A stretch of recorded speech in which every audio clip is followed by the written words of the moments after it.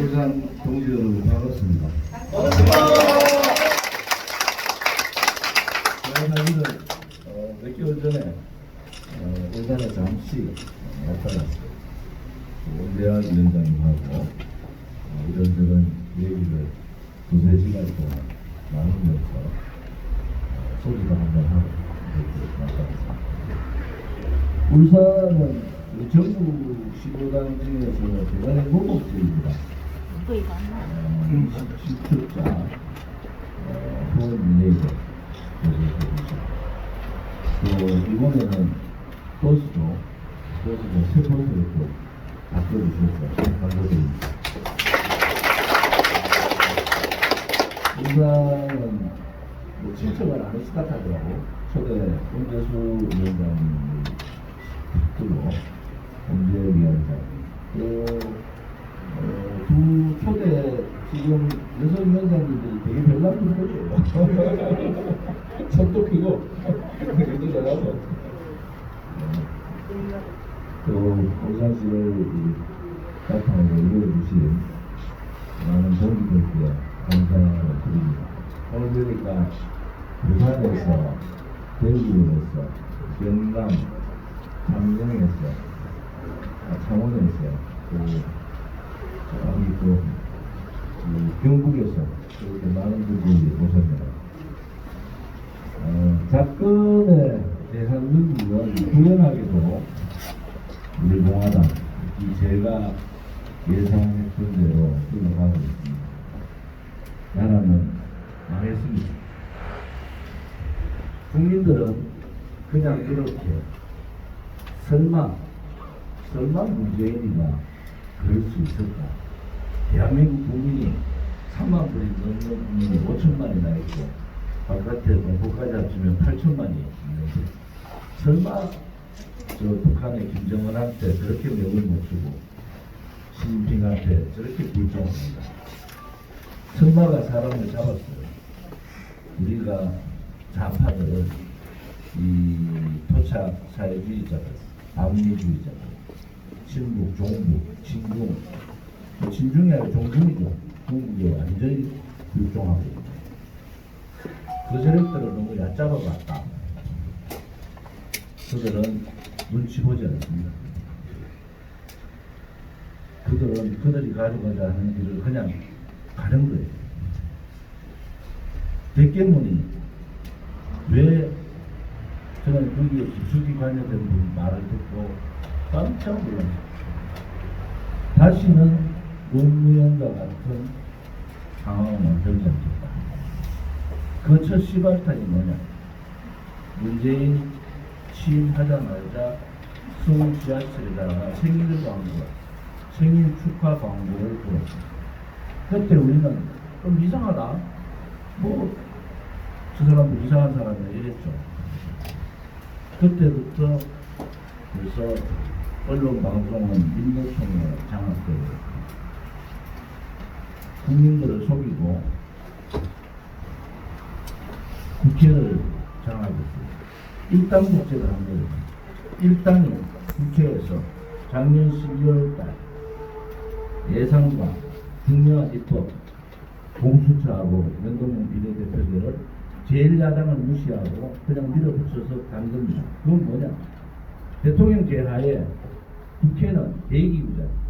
대기구의 책임은 대통령의 권한, 권력, 집중을 견제하고 감시하는 역할입니다. 그런데 작년 연말에 제가 뭐라고 했습니까? 국회만 내각제를 들고 와서 국회의 견제 감시 기능을 없애버렸어요. 지금 국회는 국민의힘, 미래통합당 식물입니다. 저항하지 못하잖아요. 공수처법 저항하다가 목숨 걸고 싸우자고 하다가 검찰 고발하니까 풀릴 것이 다 어느 거죠. 지금은 또 저항하지 못하는 게 지난 총선을 통해서 김무성이 추천한 김영호, 박영준, 이석연 이러한 사람들이 중도를 주장하면서 오른쪽에 있는 그야말로 외국 세력들을 거꾸로 몰고 그냥 팽개쳐버려요. 그들을 지지해준 유권자의 뜻을 배신한 겁니다. 어느 보수의 유권자가 국민의힘을 미래통합당을 찍은 유권자가 김종인이한테 5.18 묘지에 가서 석고 대지하고 눈물 흘리라고 한 유권자 한 명도 없습니다. 어느 유권자가 이승만 건국 대통령과 박정희 후국 강병 대통령의 가치를 내려라고 한 미래통합당 지지자가 없었어요. 그들은 유권자를 배신해버립니다. 그들은 선거 때 우리를 지지해주면은 많은 사람들이 국회의원이 되고 박근혜 대통령 석방하는데 우리가 앞장서서 하겠다.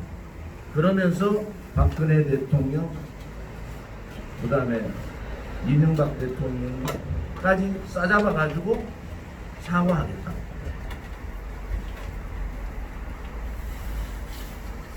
지금 분위기는 이런 거예요. 박정희 대통령의 산업화 신화, 한강의 기적, 부강병의 가치, 방공의 가치, 이것을 다 내려놓자. 다 내려놓으면은 우리가 중도의 표를 얻을 수 있다. 그러면서 이승만 대통령은 벌써 보수에서 무너지게 만들고, 요즘은 박정희 대통령의 이 기적 같은 대한민국의 신화도 이제는 내려놓자는 표현은 뭡니까? 탈이념화하자. 탈이념화하자. 이승만 건국 대통령의 자유민주주의 체제 시장적, 이 거룩한 자유민주주의 체제와 시장 경제의 후국 강경이란 위대한 지도자다. 특출한 전략가 박정희 대통령입니다. 그분이 아니었으면 우리는 80%의 가장 빈곤한 나라로 사는 거예요.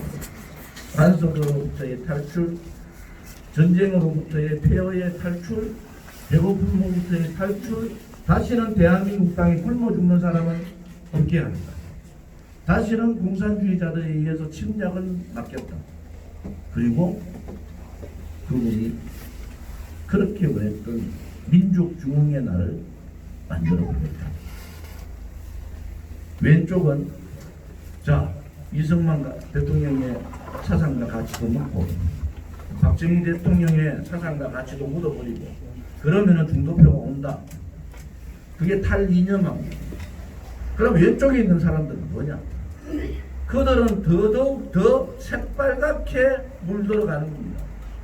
청와대에 있는 26명의 주사파들이 탈이념화 커밍아웃 했습니까? 그들이 말하는 사회주의자들, 친북, 종북, 반미주의자들이 커밍아웃 했습니까? 그들은 똘똘 뭉쳐서 권력을 독점하고 대의정치를 무너뜨리고 민중민주주의 체제라는 광장민주주의를 대의민주주의 보완으로 가고 하는 헌법을 개정하려고 합니다. 그들은 오른쪽 대한민국의 72년의 위대한 역사도 뒤집어버립니다. 우파의 역사를 좌파의 역사로 뒤집고 이념도 오른쪽 이념은 이게 잘못된 거예요. 전 세계는 좌파 포퓰리즘 이념, 사회주의 공산주의자 이념들이 다 죽었는데 대한민국에 있는 토착 빨갱이 세력들만 똘똘 뭉쳐가 있는 상황에서 오른쪽은 이념화를 하고 가치를 존중하고 우리가 가고자 하는 미래를 그리고 그들과 싸울 수 있는 준비를 하고 언젠가는 대한민국 땅에 주사파, 종북, 친북, 친중 또 반민주의자들이 다시는 나타나지 않도록 힘을 모아야 되는데도 불구하고 덜 떨어진 정치인 명분들이 탈이념화를 적어놨어요. 탈이념화는 뭡니까? 대한민국을 그냥 사회주의자, 공산주의자들한테 갖다 바치자는 거예요. 저쪽은 똘똘 뭉쳐가지고 더 공사나 사회화가 되고 있는데 이쪽만 탈이념하고 백기 들고 들어가자 이거 아닙니까? 잘못된 겁니다. 그렇게 해서 중도표가 오느냐 오지 않습니다. 제가 총선 전에 탄핵의 강을 건너자 열심히 유승민이가 그래? 너네 탄핵 강 잘못 건너면 다 빠져 죽는다. 박근혜 대통령께서 자기 본인의 등뒤에다가 칼을 꽂은 사람들을 원망하면서 나라와 국민을 위해서 거대 야당으로 합쳐간다. 대통령의 뜻은 그겁니다. 바깥에서 4년간 아스팔트에서 투쟁했는 사람이 얼마나 힘들까. 그렇지만은 국가와 국민을 위해서 여러분들이 저쪽에서 한번 같이 갑시다. 황교안이 같이 갑시다. 그러면 같이 가줘라. 이런 뜻이에요. 박근혜 대통령이 거대 야당으로 가라 한다고 황교안을 비롯한 이 배신자 굴종자들이 바깥에 있는 외국 세력들을 발로 차라는 소리가 아닙니다. 그것이 선거에 참패라는 거예요. 그때 황교안이가 지도자로서의 덕목, 야당 지도자로서의 덕목의 희생을 통해서 국민의 감동, 그 감동을 통해서 국민의 관심을 가지고 국민의 사랑을 받는 겁니다. 그런 폭넓은 통찰력을 가지고 바깥의 세력들을 다 깨안았으면 이번 선거 이겼어요. 왜? 투표율이 엄청나게 높아집니다. 그러면은 지금 뭐 176대 103 이게 아니고 오히려 145대 145 정도. 미래통합당이 무슨 가치가 있습니까? 무슨 명분이 있어요? 목숨 걸고 연동형 비례대표제 맡겠습니다 하고 싸우다가 연동형 비례대표제를 받았어요. 보수 우파의 가치 반포퓰리즘. 김종인이가 저 사람들 100만원 주니까 우리 200만원 주자 이렇게 떠들었으니까 저 사람들이 100만원 주든 200만원 주든 누가 주는 거예요? 문재인이가 주는 거예요. 거기서 명분이 날아간 거예요. 지금도 마찬가지예요. 지금도 박근혜 대통령 탄핵을 묻고 가자. 저는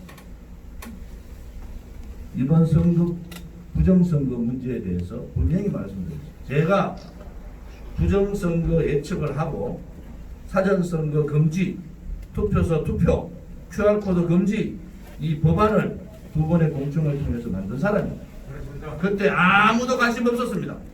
미래통합당 10명 돼야지 법안을 낼 수 있는데 6명밖에 도와주지 않았어요. 다 도망갔어요. 일 터졌어요. 저는 그래도 개별로 블랙시에 관한 부분에 대해서는 할 수 있다. 뭐가 잘못됐느냐? 이번 선거의 참패를 불러일으킨 그 장본인들이 책임 정치를 통해서 정계를 떠나야 되는 거예요.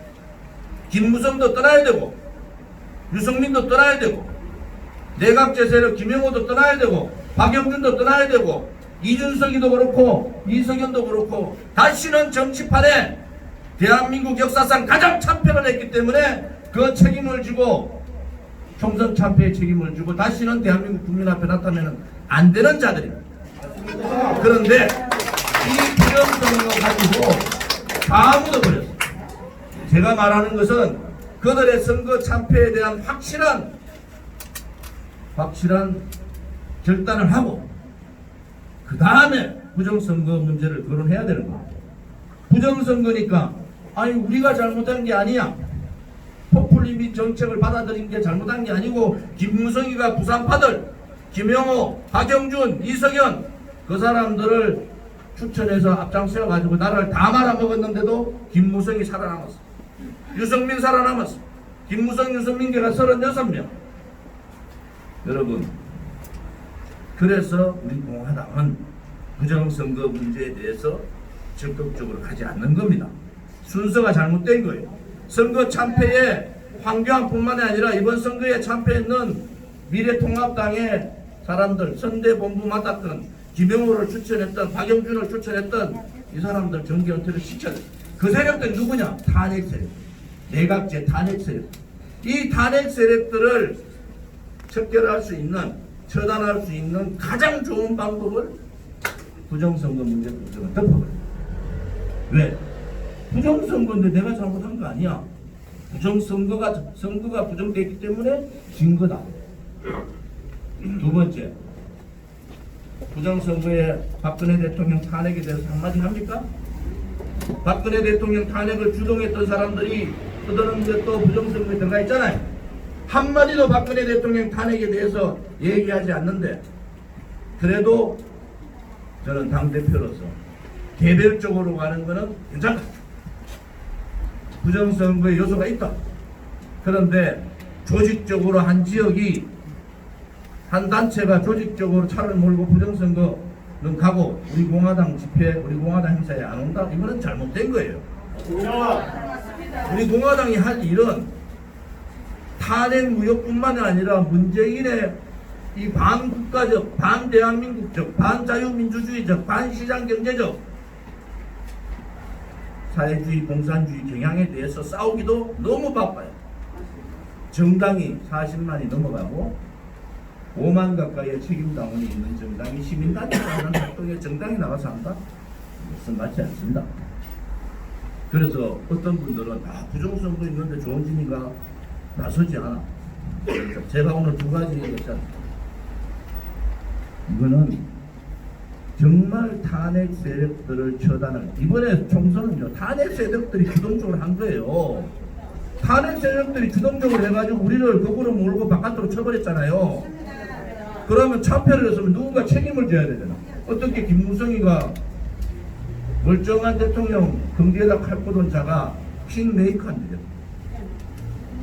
유성민이가 본부장했던 유성민이가 다시 대통령 꿈을 꾸고 있어. 박영준이는 부산시장을 나간다고 그러고, 김영호는 선대 총괄위원장, 공천위원장 하면서 김영호는 아직도 살살 다니고 있어요. 여러분, 우리 공화당은 그렇게 가면 안 됩니다. 우리 공화당은 박근혜 대통령이 나오실 때까지는 거짓과 싸우고, 불의와 싸우고, 불법 탄핵, 거짓 선동 조작 음모를 밝히고, 대통령 나오실 때 그분이 명예회복을 하고 태극기의 깃발을 들고 내가 이제 전지지휘해서 정치를 다시 하겠다 그러면은 우리는 그 길을 가는 겁니다.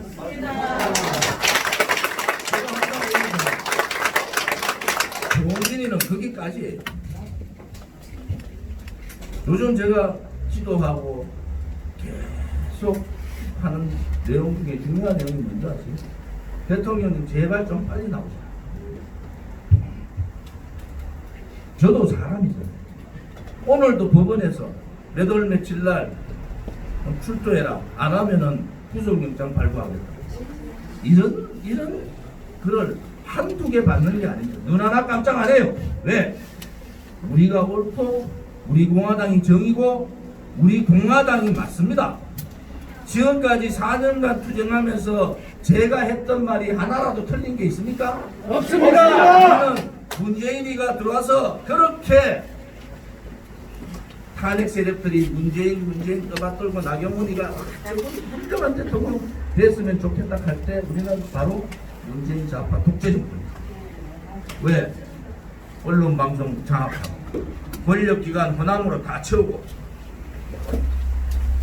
입법기관 완전히 무력화시키고 민주주의의 요소를 다 깨버렸어요. 그리고 장기 집권 업무를 조직적으로 짰어요. 그러면 독재입니다. 좌파 독재인데 요즘 제가 뭐라 하면 파쇼다. 다른 사람은 신파쇼다. 그렇지 않습니다. 전체주의적 파쇼의 준비를 이 사람들은 하고 있고 파쇼 정치를 하고 있기 때문에 내가 주영이 못해요. 주영 대표가 저하고 친구니까. 아니 문재인을 파쇼 정권이라고 얘기하면은 국회도 파쇼 정권과의 처절한 투쟁을 하고 그들과 한판의 승부를 해야 되잖아요. 파쇼 정권이라고 얘기하고는 설검 제가 일화를 한 말씀 드리면은 연동형 비례대표제 공수처법 못 막는다. 조영 잘못한다. 필리버스터로 막을 수 있는 게 아니다. 제가 그 당시에 황교안 주변의 핵심들, 저 후배들을 제가 38일간 겨울에 텐트에서 잤어요. 18일 날 되는 날 제가 불렀어요. 너가 공수처하고 연동형 비례대표제 막는 방법을 다 바뀌었다. 조원진이가 국회 텐트 쳤으니까 108명이자 그 당시에 108개의 텐트를 치고 지금부터 단식 들어가고 황교안도 텐트 치고 단식 들어가고 국회의원에 109명, 저까지 포함 109명이 단식을 들어가서 죽을 각오를 하고 조원진이하고 황교안은 죽어 나와야 된다. 그리고 많은 사람들이 실려 나가고 몇 사람이 죽어야지 이 나라가 바뀔 수 있다. 그때 국회에 109개의 텐트를 쳤으면 처음에는 1000명이 모이다가 일주일 지나면 10,000명이 모이고 보름이 지나면 100만 명이 모이고 한 달에 지나면 1000만 명이 모입니다. 1000만 명의 국민이 이 파쇼 정권을 끌어내려야 되는 거 아니겠습니까, 여러분? 그렇게 제가 제안을 했는데 108명 국회의원 한 사람도 쳐다보지 않았어요. 그러고 이 상황이 됩니다. 우리 공화당 정말 처절하게 4번의 겨울 4년차 3년 벌써 8월 30일이 3년이니까 3년 지나서 대박자 가만있어요. 3년 지나서 지금 4년차 들어가는데 누구도 우리 공화당이 이래까지 올 줄 몰랐습니다. 우리 공화당은 72년의 정당사 72년의 정당사에 혁명을 시작한 겁니다. 지금까지 좌파들은 노선 투쟁을 하고 신구파, 과거에 신구파부터 시작해서 노선 투쟁을 하고 운동권의 NLCA가 노선 투쟁을 하고 PD가 노선 투쟁을 하고 거기서 갈라져서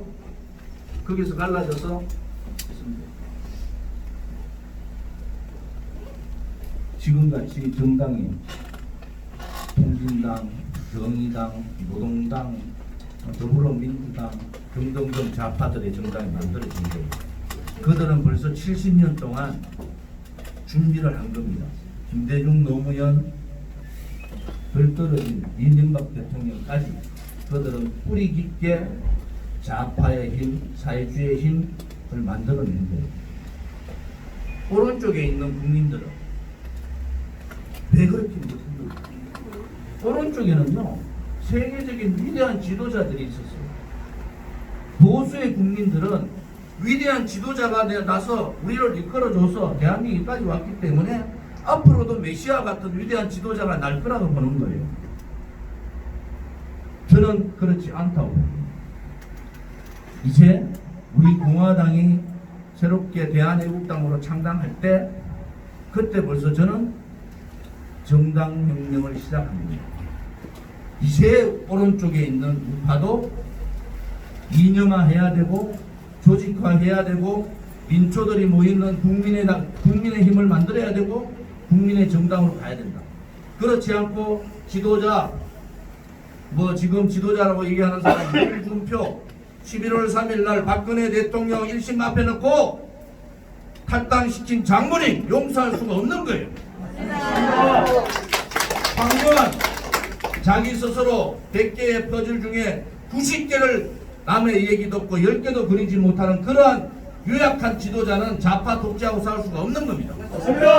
윤석열 박근혜 대통령을 한동훈과 같이 올가여가지고 업무 기획했던 장모님, 탄핵의 장모님, 그러한 원죄를 가진 자들이 대한민국을 이끌 수는 없는 겁니다. 오세훈 박원순 시장한테 서울시장 넘겨가지고 나라가 이꼬라지 됐어요. 부러운 줄 알아야 될 거예요. 유승민 박근혜 대통령을 팔아가지고 정치를 하고 박근혜 대통령 등 뒤에다가 가장 먼저 팔 거던 배신자, 이런 자들이 대한민국의 대통령이 된다? 대한민국이 없는 겁니다. 이제 지도자는 오른쪽에 있는 우파는 정신 차려야 돼요. 우리 우파도 우리 공화당과 같이 2년 정당화가 돼야 돼. 맞습니다. 민초들이 분노해서 처음에는 박근혜 대통령 탄핵이 박근혜 대통령이 얼마나 안 됐느냐, 탄핵이 잘못됐다고 분노해서 나오는 민초들이지만 지금은 나라가 망했다, 나라를 지켜야 된다, 대한민국의 체제를 지켜야 되고 2020년 우리한테 주어진 역사적 책무, 우리의 미래 세대한테 좀 더 나은 대한민국 자유민주주의 체제, 시장경제, 자유통일된 대한민국을 물려줄 책무가 우리한테 있단 말이에요. 이제는 그러한 정당, 그러한 정당인들, 민초들의 분노에 의해서 항상 역사는 지도자가 무능하고 나라가 외적과 싸울 때 망하면 누가 일어났습니까? 어병이 일어났고 학도군이 일어났고 민초들이 일어나서 대한민국을 지킵니다. 저는 서두에 나라가 망했다고 합니다. 저항 세력이 없으면 나라는 그렇게 망합니다. 베트남은 2,500만 명이 죽었어요. 전 인구의 반이 죽었습니다. 그것도 베트남 남자들은 80%가 죽었습니다. 대한민국 적화 통일되면은 어떻게 됩니까? 사상과 이념이 다르고 그들 생각대로 자유민주주의 체제에 젖어 있는 이 국민들이, 대한민국의 국민들 따라갑니까? 그러면은 베트남식으로 전부 북한으로 다 보내는 거예요.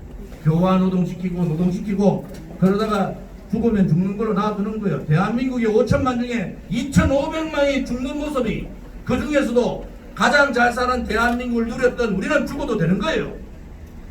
우리 아들, 딸이나 손자, 손녀들은 무슨 죄가 있습니까? 이 못난 2020년을 살았던 2016년 2020년 지금까지 살았던 선배들의 잘못 때문에 그 고초를 당하는 것은 대단히 잘못됩니다. 그래서 우리 공화당이 필요한 겁니다. 알아주지 않든 알아주든 우리 공화당은 우리 공화당의 길을 가야 됩니다. 그러면서 확장을 해야 합니다. 혁명은 그냥 하는 게 아닙니다. 최소한도로 100만 당원에 20만 책임 당원이 와야지 혁명의 깃발이 나부낄 수 있는 거예요. 우리는 그날을 대비하는 거예요. 그날을 대비하는 거예요. 우리가 무엇 때문에 이렇게 고초스럽게 100군데가 넘는 서명대가 매주 움직이고 1인 시위도 토요일날 어제 같은 경우는 30군데에서 1인 시위, 차량 시위, 기자회견을 합니다. 나라가, 대한민국이 우리를 필요로 합니다. 마지막 남은 저항세력, 마지막 남은 부정세력, 우리 공화당이 가야 될 길은 촛불, 쿠데타, 붉은 광화문 광장을 우리가 200일의 천막투쟁을 통해서 103명의 부상을 통해서 몇억의 손해를 보면서 이 붉은 광장을 태극기 애국광장으로 바꿨듯이 우리 공화당의 깃발이 우리의 저항투쟁, 이 태극기 혁명이 대한민국의 사회주의 공산화를 막는 초석이 되기를 바라고, 그것은 오늘 저도 보고 할 때 조원진을 연호하셨습니다. 조원진은 곳까지예요. 제가 가는 길은 곳까지입니다. 그 다음은 박근혜 대통령께서 알아서 하시는 문제예요. 그분이 본인이 깃발을 직접 드시겠다고 하면 우리는 거기에 다 따라야 돼요. 그분이 깃발을 들지 않지만은 이 판을 바꿔야 되겠다면 그렇게 따라야 돼요. 우리 공화당 동지들이 힘들지만은 싸우지 말고 100군데의 중에서 우리 공화당 하나 있어요. 99개는 벌써 불종하고 부패하고 권력지향적이 되고 대한민국이 망하더라도 본인의 이익이나 본인의 정권을 위해서 권력을 위해서 다 무릎 꿇었습니다. 하나 남은 저항 세력이 우리 공화당인데 하나 남은 저항 세력끼리도 싸워요. 싸우지 맙시다. 화합로, 울산시장에 있는 이 화합로의 화합 마음과 같이 초지일관, 초심의 마음으로 초지일관 끝까지 함께 나가주시기 바랍니다. 동지들께 항상 죄스럽고 감사하다는 말씀을 드립니다. 힘들지만은 저는 수없는 검찰 법원에 가더라도 저는 그것이 저의 운명이고 저의 숙명이라 생각하고 또 하나님께 대구할 수 있는 길을 열어주신 절대자께 감사를 드리는 마음으로 있다는 것을 말씀드립니다. 개소식에 드린 말씀을 다 드린 것 같아서 기분 좋습니다.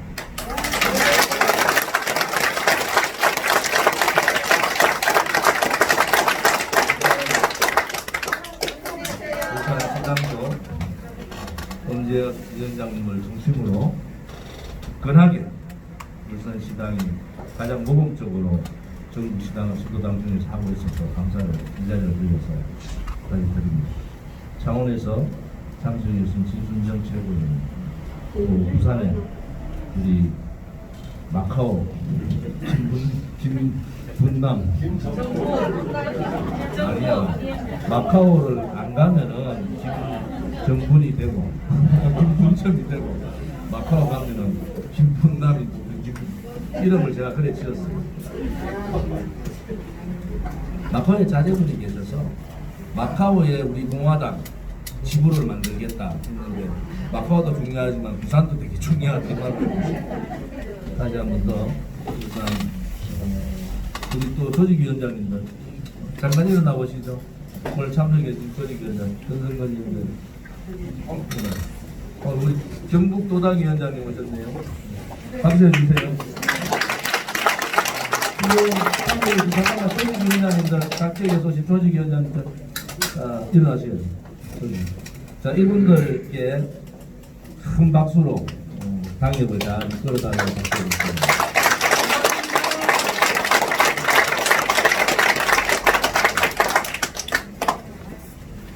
이제 제가 제2기 들어오면서 확장성과 성명성을 얘기했는데 성명성은 우리 공화당 갑니다. 누가 뭐라 해도 우리 공화당 가는 거예요. 서울시장, 부산시장 출마합니다. 후보를 낼 거예요. 그들이 우리를 거꾸로 몰았는데 우리 보고 무슨 명분으로 우리가 출마하는 데 대해서 분열 세력을 몰 수 없잖아요. 누구가 멀쩡한 외국 투쟁 세력을 거꾸로 몰았으면 누구도 도대체 어떤 존재인지를 한번 보자는 거예요. 당협 조직을 구성하고 조직위원회 위원장을 하고 당협 조직을 하는 것은 이제 시도당 위원장님들이 40만 책임 일반 당원 4만 5천 5만 지금 가까이 책임당 우리 총선 끝나고 당원이 계속 많이 늘었는 거 아시죠? 당원이 계속 일주일에 한 300명씩 늘고 있어요. 그 책임 당원 일반 당원은 한 2,700 책임 당원 한 300씩 늘고 있는데 다른 사람들이 보면 희한한 정당이다. 저게 뭐 정치 기억도 안 되고 다 망했는 줄 알았는데 당원은 계속 늘어나는 거야. 그게 뭐겠습니까? 우리 공화당이 옳았고 우리 공화당의 분노가 옳았고 박근혜 대통령의 탄핵이 잘못된 게 맞았고 문재인이는 오늘이라도 끌어내야 되는 게 맞는 거기 때문에 그런 거예요. 그래서 당협 조직을 만드는 이유도 시도당에서 이제 당협 전체 울산에서 전체요 당원 관리 못합니다. 되고요. 아니 예를 들어 서울에 책임 당원이 10,000명이 넘어요. 그럼 어떻게 관리를 합니까? 전화 연락도 못. 그래서 이거를 서울은 49개로 짜개고 경기는 59개로 짜개고 또 부산은 15개인가요? 13개? 16개. 대구는 12개, 울산은 6개 이렇게 짜게 넣는 조직관리를 이제 국민의 바다로 가자. 제가 재밌는 얘기를 하나 드릴게요. 이 미래통합당인가 국민의힘당은 참 골때리는 나들이야. 우리 지난번에 총선 때 우리 저 총선 기획했던 우리 저 실장님 계신데 우리가 그때 영상에 보면은 국민의힘, 태극기의 힘, 애국의 힘 이렇게 딱 영상에 걸려 국민의힘,